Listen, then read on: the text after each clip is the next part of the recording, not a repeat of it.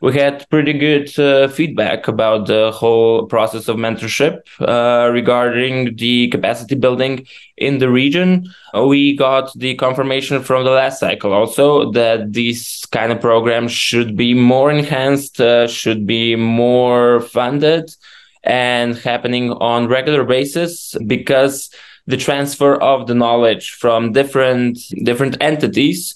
from different regions, from different countries that have a different legal background of how things in the NGO world work and should work, are something that is missing in the whole Balkan region, in that sense that we have an immense bank of knowledge that we can disperse among ourselves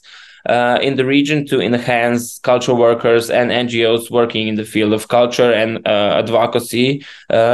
for culture. So the second cycle is also finishing now on the same note, that this is something that is very valuable as a program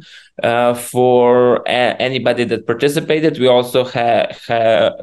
quite an enormous feedback when we put out an open call from both calls. A lot of people applied, searching for this cross-regional and cross-country capacity building programs. So in that sense, this is something that we strongly strive for. This is something that we also have a practice from as an associations from before. In that sense, that we are mainly doing capacity buildings for cultural workers and NGOs in our main profession as an association for the past 20 years. So this is something that is that we find very valuable, that it went through this transnational, regional approach, one-on-one cooperation, and very personal knowledge of the mentors that come from different backgrounds. And I think the project was greatly set up in the sense that it delivered to the mentees special requirements, what they're looking from the whole process of mentorship.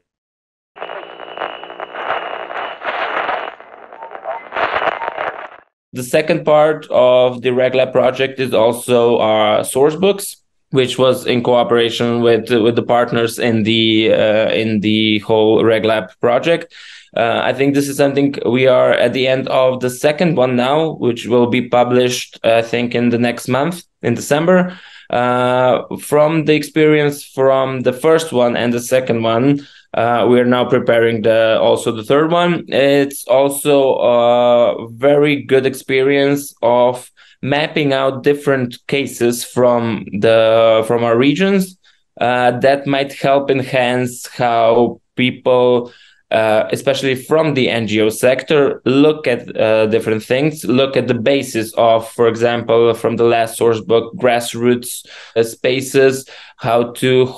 and from the first source book about horizontal networks, horizontal approach to NGOs in the field of culture. So I think this is quite important information which we prepared through these source books that can enhance the cooperation between the region, between the cooperation between the different associations from the region, to go outside of this local environment and to borrow practices that can be good in a different environment, that we already know, that we already have the knowledge how to approach what functions, what does not function, and how can that be translated into your own local environment, and in that sense to also enhance regional cooperation.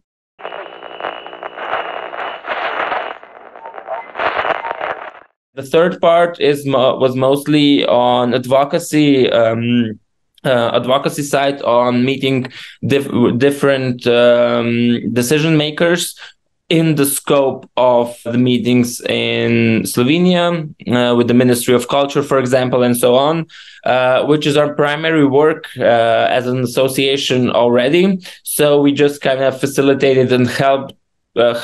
to get different associations through this project into the doors of institutions that